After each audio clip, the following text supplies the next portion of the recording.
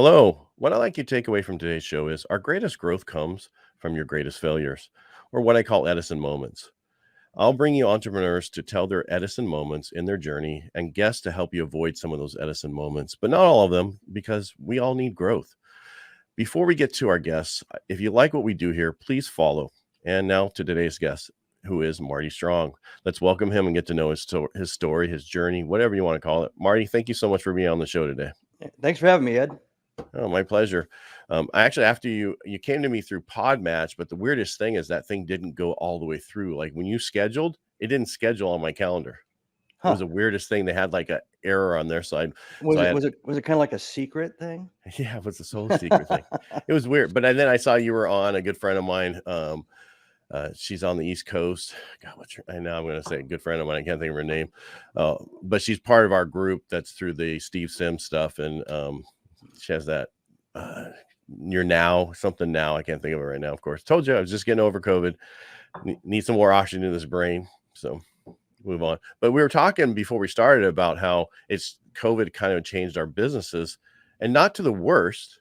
For some of us it did, but not for all of us. For me, it's changed how we do business and how all my staff works from home, and they don't want to come back, nor do I want them to come back. Now, salespeople is different, but I'm talking to administration staff, because I don't know how it was for you, but in the beginning, before all this happened, it was so hard to get them to be on time and be here at 8:00. And now they're at their desk at 7:00 in the morning, way before they need to work, and they're already doing stuff. So how did that kind of affect you?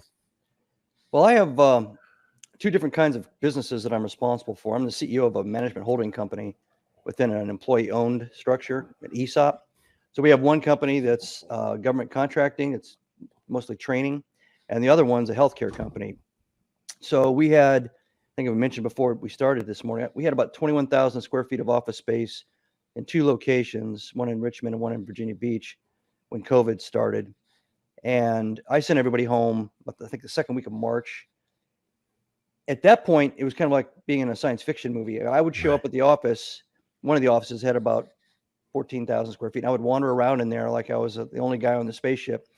And it just was kind of scary and weird. But for us, it was a perfect kind of joining of cloud-based technology, efficient and actually effective and lower cost platforms for all kinds of things, for accounting, all the normal functions of business based on the cloud platform, all kind of at the same time as the COVID lockdown.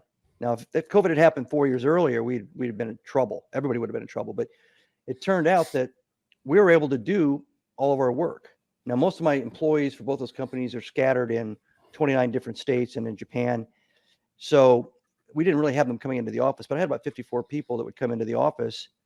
And then we eventually evolved to about 6 or 7 accountants and finance people. So we've shrunk. We've gone down to 6,000 square feet of office space over the last 24 months.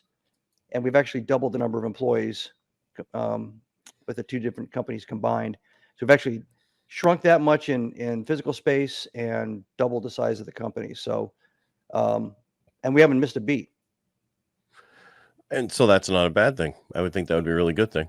But a lot of people don't know who you are. And I know I jumped right in there because we were talking about that before I forgot. But your background, I'm in Navy. I was nowhere close to what you did. I was only a corpsman, but you were a Navy SEAL, correct?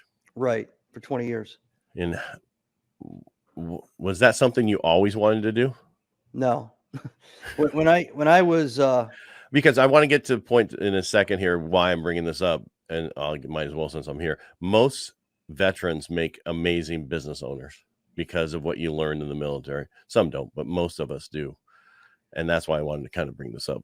Sure. So, I mean, and the kind of the premise of my first business book, Be Nimble, is how that mindset, not so much a SEAL mindset, but a general military mindset, how that can convey over to leading businesses, growing businesses, dealing with the stress of being in charge, either of the whole business as an owner or a senior leader, or being somewhere in the machinery still in charge and responsible and accountable. And you learn all those things, right, in the military. I mean, if you didn't learn it from your parents or somebody else before you came in the military, you learn pretty quickly that you have a rank, you have a task, and you have somebody watching to make sure and to measure whether you've completed that task on time to standard. And if you don't, They just make you do it over again and over again and over again. So it's better just to do it right the first time. So eventually you start to pull in all these cultural norms for the military experience where you can't suffer people that do their jobs halfway. Like you don't want to have a corpsman that only learned half the medicine he needs to save your life. And you don't want SEALs to only know how to fire, half of the weapons that they've been issued or jump out of the plane some of the times correctly. So so that's pounded into you in the military experience. And and being a corpsman like you were, or being a SEAL, the consequences are life or death. Right. Whether it's training and making sure you do all that correctly and you're on point and the leaders are watching and doing all the right things, or whether you're in combat, which is obviously life and death. Right. I just lucky I didn't have to go into combat. Not that I was, just where I was stationed in California. I was stationed in Camp Pendleton, and during that period of time, right before I got out, there was not an active war. So I'm one of the old guys. But it's important what you learn from the military especially standard operating procedures. You had books and stuff on your job. So if you didn't know your job, you could read on it, where most companies, it's funny how they don't have that kind of stuff. And when we start a company, we import that, we bring that into that environment. So you think of it, the way I think of it after the last 2 decades running businesses, what is the operating system of the company? And just like if it was a computer, you wouldn't have a computer just sitting there as a box and it didn't have an operating system. There's got to be a mechanism that makes all the pieces and parts and the data connect, flow, and spit out the output that you're looking for. In the military, standard operating procedures, that becomes kind of the operating system of whatever unit you're in. There's different standard operating procedures for sailors on a cruiser than there are for sailors in a lot of cases on submarines or 82nd Airborne, or they have their own operating system. Part of it's tradition, a little bit of it's culture, and a lot of it is hard lessons learned from actual combat experience that have been kind of hammered into these ways of doing things, ways to react to somebody shooting at you, ways to react if somebody goes down and they've been hit. And then you pass that on and you make sure the next generation gets it, knows it, memorizes it, and can function according to it. If something changes, if reality changes, a new war gives us new equipment or new situations, somebody officially says, okay, we're going to get rid of this part of the operating system, we're going to insert this other part, but it's always there, right? Mm-hmm. You walk into a company, whether it's a consultant or as a new leader, that the shallowness of procedures and processes, techniques, lists, guidance on what to measure, when to measure, how to measure, anything. They're just missing. It's all happening between people's ears. It's almost like an Indian tribe. You're just passing it down like around the fire.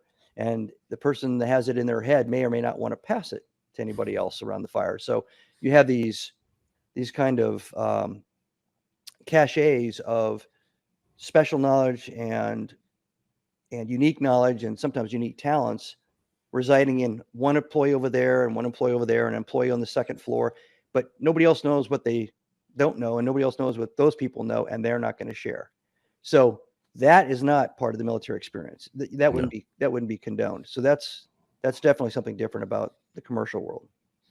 All right. So I was saying the person I know was Lisa Kipps Brown. You were on her Disrupt Now. Yeah. So yeah. And I was like, after you signed, I was like, hey, that's not fair. She got him first. I think that was a live show. Yeah, that she does a live. Yeah. And that's when you come on Helping the Brave, that'll be live. But when you got out, I went steps. So you got out of the military, you retired after 20 years. When you were transitioning out, did you I'm going to start a business? I know exactly what I'm going to do. I mean, you were a SEAL because most SEALs are on it. So yeah, it's funny. I've actually been doing some kind of pro bono advisory work with one of the SEAL foundations. Same subject, what kind of guidance should we give to guys that are getting out of uniform that were SEALs? The problem with being a SEAL or being a fighter pilot or being some highly trained, very small, specialized, unique operator in the military is you may not be able to find anything remotely close to what you were doing. If you were an intelligence person or you were a meteorologist in the military or you were a corpsman, there's a lot of things. You're military police. There's a lot of things you can just kind of shift right into the next gear, wear a different uniform, and all the things you were taught and all the experience you have actually conveys. For SEALs and people in elite units, it's a little bit different for that reason. But the other thing that's different is you are an apex performer. You are at the top of your game, point of the spear, you know it. You wouldn't be in those units if you couldn't perform at a very, very high level. And you step out and nobody's measuring that way. Nobody's really, and I'm talking about other than owning your own business, nobody's actually rewarding or paying people for that capability or that drive to be the best, to be the top, to be be on the top of your game. And that's kind of weird. It's highly competitive in the military among your peers. You step out and it's okay to be an average, whatever it is, in a company. And if you say something, you're rocking the boat. And if you say something, you're pissing off everybody around you, your coworkers, because they don't want to go 155 miles an hour. So it's a different psychological problem, because you can't take that drive and that hardcore focus, all that energy and all that resilience and confidence, and jump into a company and it's just appreciated and you start moving up. The other thing is you don't know whatever the new business is. So there's a very humbling apprentice period. It was, so for me, I went into financial services, first with Legg Mason Wood Walker and then with United Bank of Switzerland. Did that for 7.5 years. And I didn't know how to sell. Well, I had to sell or I wouldn't have a job. So I had to learn how to sell. I had to ask people to show me and teach me, explain things to me. I had to talk to a lot of people, probably at least 1,000 in the first 2 years, and did not sell well to those 1,000 people. So that's failing that many times. Well, that's okay. It's all practice. It's all practice. Selling is not an easy thing to do. It's not. But if you've been in the military since you were 17, you come out, you don't even understand what it is. And I had an undergraduate degree in business and a management graduate degree. They don't teach that in school. They don't teach you how to sell. So that was my humbling experience. And the other advice about, you're not going to find exactly a match when you get out. You need to find some kind of thing you want to do, realize you're going to apprentice for a couple of years, and then learn the ropes. And then after you've kind of learned the ropes, that's where all these other ingredients from your military background kick in. The fact you show up on time, the fact you do what you say you're going to do. Leaders, managers, owners, they love that. Mm-hmm. It's just in the beginning, you don't know how to cook a burger. You can't do the job yet. Well, I'm hoping you're not cooking burgers after being in the military. No, well, I mean, unless it's your own place. Some of these are pretty humbling starts, No, I know, because a lot of people, when they don't, I mean, you put in 20 years, but a lot of people go in, they don't understand it's a stepping stone. You need to figure out what your transition is after you decide whether you're staying in for 20 years or not. And a lot of people don't think about that. They think about, I'm just in now and enjoying this and looking forward. When I went in, I ended up getting my bachelor's and master's. And so when I got out, I actually knew kind of where I was going. I had one little step before I went to the next, but it was like, I went back to my roots, which was computers. And then I realized I liked financial side of it. So I got in the mortgage industry and I really enjoy numbers. And so I multiple businesses with different partners and realized I don't like business partners because they get in my way. That's that whole mindset of military. We can work well with people, but sometimes we have to be in charge. Yeah. That's me anyway. It's the lead follower, get out of the way thing. And yeah, I'm the same way. I mean, I've learned over the last 20 years that that's not the norm. And if you're in charge of a company, you're not going to have a company full of Navy SEALs or elite fill in the blank. You're going to have just normal people. They're trying to pay their bills or maybe try to get a raise once in a while or learn a little bit more. They're not super high achievers that are trying to, become the CEO of the company. And most of them are afraid of change. Most of them are afraid of things like owning a business the stress would kill them. So, and you'd mentioned owning a business. I think that's the most rewarding thing for somebody coming out of the military, because they would not have to suffer, partners or fools or people who wouldn't put in the time. And I think if an ex-military person gets into that position and can get through that apprentice period, they tend to really do well, as you mentioned earlier. The problem is, if you've never owned a restaurant, you want to own a restaurant, or you've never owned a bait and tackle shop, or you've never owned an RV park, you've never owned anything, you step out there and you're all full of energy and you don't have any information or knowledge. So you're a CEO. Is this your company that you own? It's an employee-owned company. Okay. So the employees own it. I was a part owner in the original company, and we sold it to the employees in 2015. And I stayed on as the CEO. why did you make the change as to employee-owned company? Did you? Because a lot of companies aren't. That's why I'm asking. You know what I Sure. mean? Because so we just jumped from getting out of the military, doing your little 7 years. When did you go to work for this company that you just sold? So I went to this company in 2009, Okay. and I guess it was probably worth about $6 million or something like that. The combined companies now are around 80 million, I guess, in value. So I was an equity owner. The founder was, he had other businesses. And so after a period of time, he said, "Hey, I'd like you to kind of run this for me. And you brief me on what's going on." And he was also a SEAL. And I said, "Okay." So I became the president and part owner, and we ran up to a point where we were around 34, 35 million. And we said, "All right, so he wanted to exit and focus on his other companies." So we agreed that we'd put it on the market, and we did.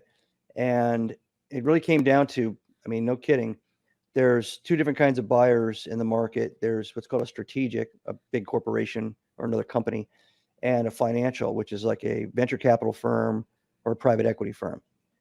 And sometimes it's an individual that's just an angel investor, just has a lot of money. If the strategic buys you, a lot of times they just, cut you up and spread you around their organization. You're basically sold for parts, and you may get you get a bigger dollar amount because they have more money, but whatever you built is kind of destroyed and it just disappears. When a financial entity buys you, they tend to bolt on rockets and armor, and they add like a couple extra, people in the cockpit, and so they're trying to supersize the platform. If they're going to invest in it and buy it, they see something there. They're going to turn a Volkswagen Beetle into a battleship, and they've got a plan and all that, and the company will stay alive. The name will stay alive. The people that were there will help grow that company. So at the end of this process, which was 3 or 4 months, in the morning we had a strategic buyer, pretty good price point. They basically said to our faces, we're going to, because I asked, "Well, do you want to know about this? You want to know about?" No, because we're basically just going to split everything up and shred it and send it to everybody, which meant all of our employees were pretty much going to lose their jobs. So basically, it's the big things that they used to do in the 80s, right? Yeah. Yeah, Well, they would tear all these companies, they would sell them, rip them apart, and then yeah, it's not evil. It's just if you're a big I'm not company, saying it is. I'm just saying that is but that a let's say leverage buyout? And what's that called? no, What's no, it called? that is called an LBO, leverage buyout. But in this case, it's if a company has seven divisions, and your company that they're looking at buying has 4 different departments, they're going to take those 4 departments and they're going to send them to each of the right divisions. So they won't be coherent anymore. They'll be spread out wherever because it makes sense. You wouldn't Right. take a training company and throw it into the technology division. So it's not nefarious. It's just the right thing for them to do for where they are. That They're trying to afternoon, grow what they have by taking this company and splitting it yes, up into their company. yes, I get it. I'm not saying it's negative. I'm yeah, just, I totally get it. make them stronger. So then the afternoon we had a financial come in, and they pitched, and they basically their way of doing it was by creating an employee owned company structure. They would underwrite it, meaning that the owners walk away with a check that's written by the financial firm, and then they try to improve and grow the platform that they've just invested in. And we're like, and so the name of the company stays intact. Oh yeah, the people, they're your people. And we're like, compared to the morning meeting, Right. it was less money, but we both kind of looked at each other, and later on we said, yeah, we felt morally it just didn't make any sense to go with the first group, and so we went with the second group, and that's how we ended up becoming an ESOP. Okay. And then and you stayed on, right? Yeah, they asked me to stay on for 3 years, and now it's been 6. Okay. And you're still part owner No, well, yeah, because I'm an as an employee. employee. You're right. Yeah, and we bought a small healthcare company with 1 employee a year later. So now we had 2 companies. The healthcare company is now 170 people in 7 states. So that was an incubation, scaling, growing, lots of mistakes there. Because I'm not a healthcare guy, by the way. I'm a SEAL who was a finance guy. So, but it's a very unique company, and maybe because I didn't know what I didn't know, and the people that I brought in to do things in that company didn't know everything they should have known, we broke a lot of barriers and we did a lot of things differently, and the outcomes were, substantially better than a standard healthcare company doing the same kind of thing. So in the end, it looks like, genius plan, but it wasn't. It was like Thomas Edison. It was, how many times do you fail at experimenting? 100, 500, and Right. you learn at every failure, and then eventually you've got the light bulb, or you have whatever, the phonograph, whatever you're trying to create. It's just painful, because I think Edison just sat there in Menlo Park and it was just him. Right. I have a board and all kinds of other people watching it. Right. I mean, and that's the difference of owning a company that's a smaller company and then owning a large corporation. Are you guys public? Because you're No. owned by the employees, so you're not public, but you Right, do have a right. board. Yes. Yeah. And that you have to answer to certain Yes. things. And that's, as you grow, people don't realize that kind of things happen. When you're a small corporation, independent, LLC or certain things, that's one individual owning everything and is on the board. There's not a lot of people. But as you grow and try to get bigger, these things come into play. So that's why a lot of companies are sold to other companies like you just talked about, because the owner's like, okay, I built it up to this. I want out. I want to go do other things. Yeah. And things get to a size that scaling it bigger becomes a different animal. You kind of go, it's kind of like the metamorphosis, of a caterpillar. You started out and you're having fun. It was like a racehorse, and to get any bigger and to get any better and to address all the opportunities that all that hard work is bringing you, you'd have to double the size of you'd have to have a herd of horses and manage all that and find a place to keep them and feed them. And you just go, that's just way too much for me. A lot of people just say, that's the point where I want to get out. Let somebody else have that headache. And there's a lot of entrepreneurs that are serial entrepreneurs that love that zero or almost zero, initial stage startup. They love that ride. They eat the stress like it's candy, all the way up to the point where it's ready to hand off to somebody who's a builder and is going to build a bigger thing. Right. And so I didn't realize, and I'm doing this podcast, I've come to find out all the different ways people sell their companies and why someone would come in and buy a company that's already established, because they don't want to go through all that startup and that stress you just talked about. And it's amazing going through this process for the last almost 2 years, interviewing people, understanding the different aspects in business, because I'm not party to a lot of that. I'm in the mortgage industry. It's pretty much the same. I mean, you grow a company, you have a bunch of, and then, they usually get bought by somebody or gobbled up, and because they want that part of that company, kind of what you just talked about. Right. I mean, there's two drivers. One is the owner has had enough, or the owner realizes they're out of their depth. Maybe they still have a lot of motivation and energy to continue, but they know they just don't know how to do that next big jump. The other driver is, and most people would understand this the second they hear it, to take you off the playing field. A lot of mid-sized companies gobble up smaller, aggressive, quick, or rapidly growing, innovative companies because they're a threat. And Right. then the bigger companies gobble up the mid-sized companies for the same reason. So it's kind of, Darwinian in a way. You get to a certain point where you pat yourself on the back, and then a bigger fish comes along and says, not so fast. You're not going to get any bigger or better. We're going to take you off the street. And they don't always buy you and improve you. Sometimes they buy you, absorb you, and they just wanted to take you off the, Right. out of the game. And I see that a lot in the past in the mortgage industry, and even going forward with the disruption we're going to see because of the change in interest rates and how some companies have all this and they want the certain division or certain things that's going to change. And it goes across every type of business. And now you're talking about your healthcare side. Is that what you mainly focus on, or are you still? For the last 4 years, I've spent most of my time focusing on scaling, making sure that we follow the original strategy that I laid out in 2017, and dealing with things like burning cash to grow. And we that particular company has never had to do any selling or advertising. It's had clients stacked up from day one. What type of company is it? You said it's healthcare. Do you? Yeah, it delivers medical services to hospitals and assisted living and skilled nursing facilities, rehab facilities. And when we bought it, it had one employee, and there were 6 customers saying, where are our doctors and nurses?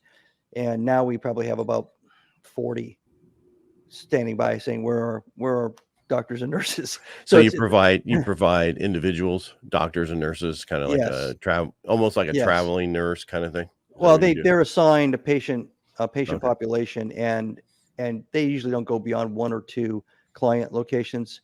They don't run around, and they don't stay like a school nurse in one spot. It's kind of matched to the demand of the different location. But the interesting thing about that is it becomes a fulfillment scaling task, which I didn't foresee in the beginning.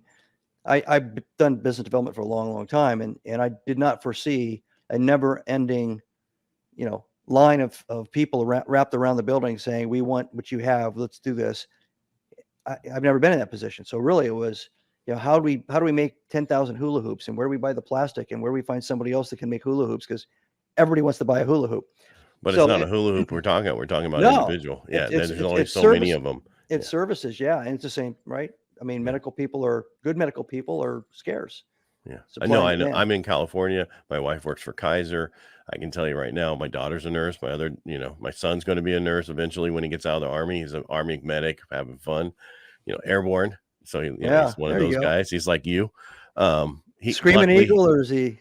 well, Well, luckily he's colorblind, so he oh, can't do. Yeah, he can't be a ranger. My wife oh, was so happy. Cut the red wire. What? Anyway. She was so happy when she found out he couldn't be that because of the fact he's colorblind. He's fine for a medic, right? Hey, if it's coming out, it's either clear or it's a dark color, right? yeah. So, But yeah. but so that was my lesson learned early on. I was really good at closing business, finding business, figuring out where the business was going to be, understanding markets, the intelligence collection, development of a market. I didn't need any of those skills. All I needed was recruiting skills. How am I going to find these people? So it basically nullified my strongest weapon, and from day one. My other one's strategy, so that applied, but so that was part of my learning curve, is trying to figure out what I didn't know about the fulfillment gap between all the customers we had lined up and the missing providers. So, Right. And one thing I want to throw more in here is the fact that no matter if you want to be in business, there's so many businesses you can be in, and it's amazing all the different avenues or different things that are out there.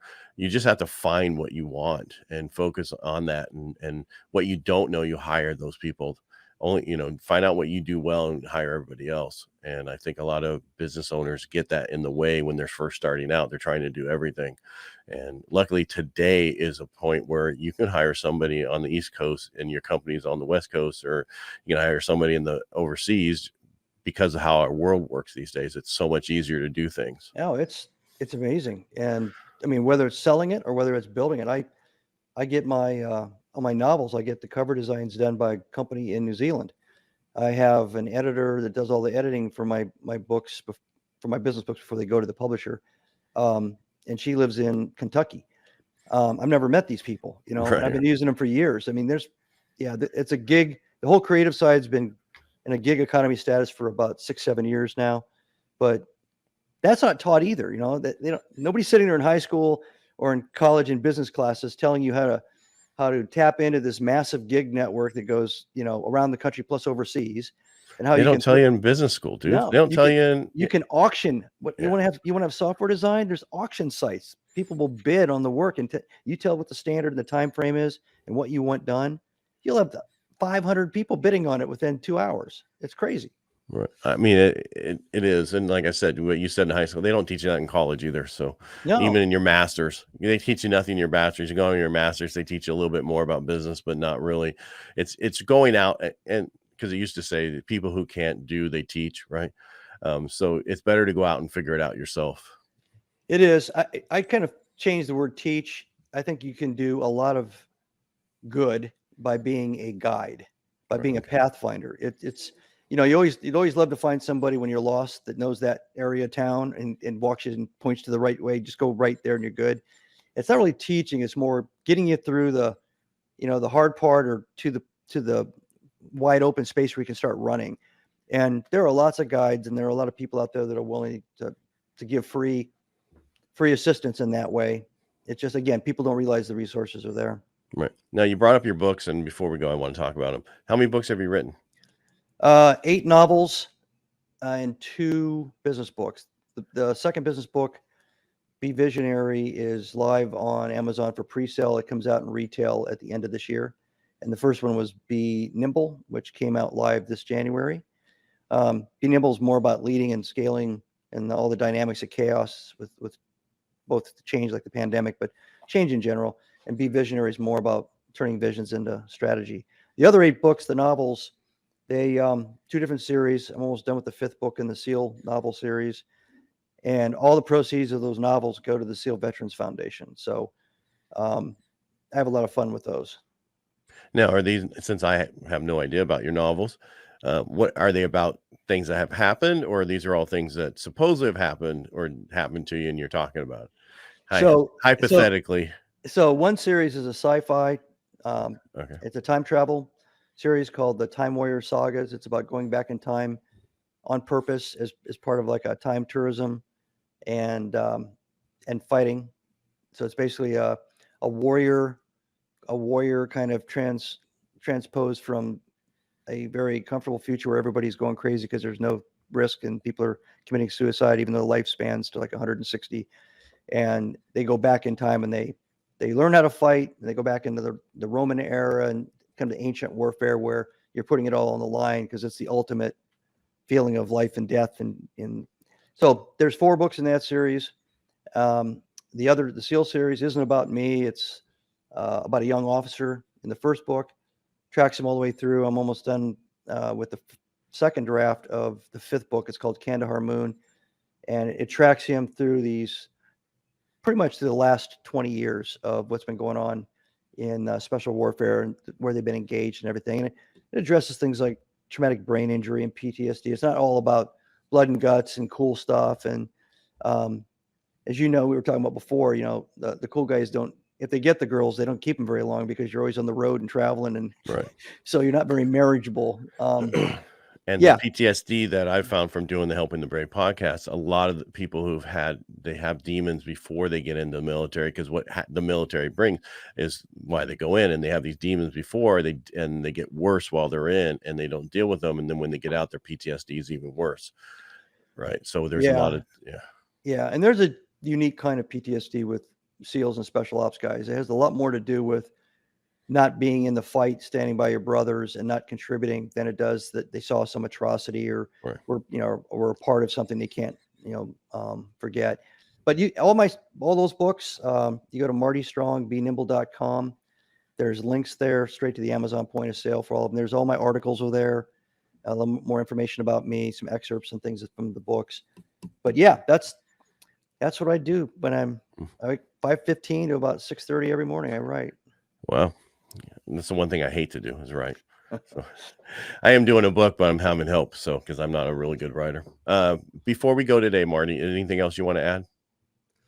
No, I think I really appreciate and applaud your efforts with your other podcast, the live one. I think there's never enough information about what veterans go through out there. Mm-hmm. And we just talked about something that, I've never seen on a podcast, but is there anybody out there talking to veterans about how do you start up a business? How do you start up a business out of your house using this, leveraging this big gig economy and all the brain cells that are out there? How do you fund something if you want to do it? All those things. There's not a lot of how-to mechanical courses focused on veterans coming out. That's part of what I was doing with the SEAL Veterans Foundation, was trying to figure out how do we connect these guys, because the foundation it's not a job service. So how do we connect these guys in education, vocation, or an avocation, if it's something like what they want to start a business? How do we connect them to the right smart people? And I can help you with that through Helping the Brave. We can talk after we're done here.